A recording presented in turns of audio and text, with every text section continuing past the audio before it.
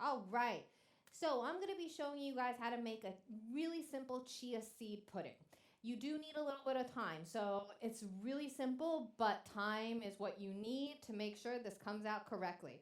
So you're going to grab yourself a bowl. This is about a serving for two people. I've got chia seeds, and you can buy chia seeds almost anywhere.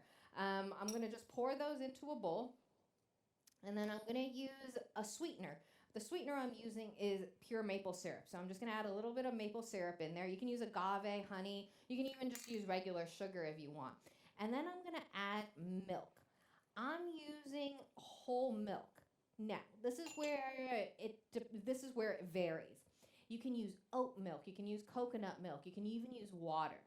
The richer the liquid that you're using in there is, the creamier your product will be. So if you want something super, super creamy, you would use whole milk. If you wanted something super creamy but vegan, you would use coconut milk, like full fat coconut milk.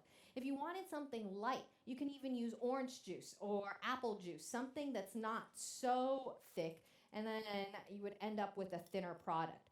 So as you can tell, it is just like water, like milk with little seeds inside right now. It'll take about 2 hours at the very, very least. Overnight is always going to be your best bet. So I'm going to let that sit and I'm going to show you what ends up happening because I do have some ready to show you. Now we're going to garnish this with a little bit of fruit. So I've got some blueberries ready to go. I've got some mint just to make it look pretty, and then I have strawberries. Strawberries are in season right now and they're really great, but I wanted to show you. A lot of people will take a knife and just cut off the top, this green part, and then you're wasting all this extra strawberry that would be good. So then you could go in and you can slowly use a knife and cut through it if you want. Or if you have one of these piping tips at home, the one with the little teeth on it, a larger one would be easier, but all you have to do is take that and then hit it at the top or go to where the stem is, and then you can pop it right out. And then it'll just come right off just like that. So I'm going to do it one more time. You just have to pop it back out. So you're going to find the stem, use your piping tip, and then just squish it right out. So it comes right out, and the larger the tip, it actually fits directly on top, and then you don't have that much waste going on. So I'm going to take my strawberries, and I'm going to dice them up.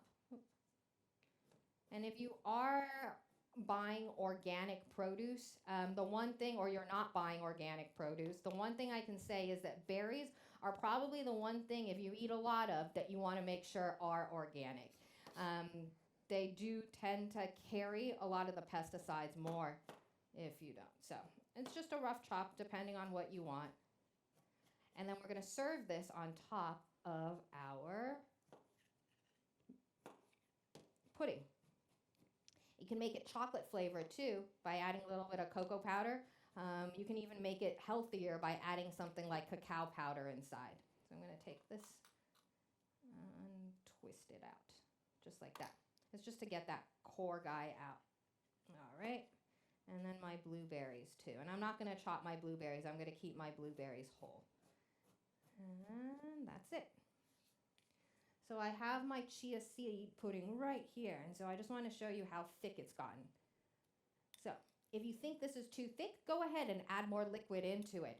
But if you look, what ends up happening is each of those little chia seeds is absorbing that liquid, and then it coats it almost. It almost looks like tapioca.